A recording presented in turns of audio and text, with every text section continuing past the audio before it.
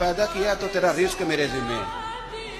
اللہ فرماتا ہے کہ لا یکلف اللہ نفسا الا وسعها، میں کسی پر وہ بوجھ نہیں ڈالتا جو اٹھا نہ سکے۔ نماز فرض کیا اس کا مطلب ہے ہم پڑھنے کے قابل ہیں، اس نے ہمارے ذمہ داریاں لگائی ہیں تو مطلب یہ ہے کہ ہم ذمہ داریاں ادا کرنے کے قابل ہیں، ورنہ وہ کہتا ہے میں وہ بوجھ ڈالتا ہی نہیں جو تجھ سے اٹھایا نہ جائے۔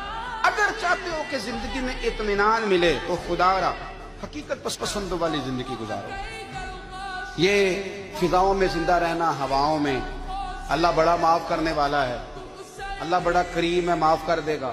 تو بھئی یہ بات صحابہ کو بھی پتا تھی، یہ اہل بیت کو بھی خبر تھی، تو وہ تو ایک ایک بات کا لحاظ کرتے تھے۔